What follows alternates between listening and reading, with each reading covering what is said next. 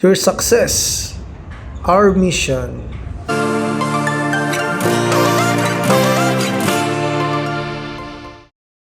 Alright, so what's up, dreamers? Do you believe in God's plan? Of course. So, ang plano ng Diyos sa lahat ay mag-prosper, magkaroon ng hope at magkaroon ng future. Kaya dapat huwag mong pabayaan ang iyong kalusugan dahil napaka-imposibleng makuha mo mga pangarap mo na hindi ka healthy. So wala nang pinaka-effective na paraan para sa sakit kundi ang iwasan nito.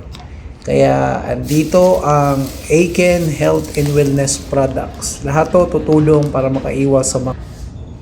Kaya ano pang hinihintay mo? Invest in your health now.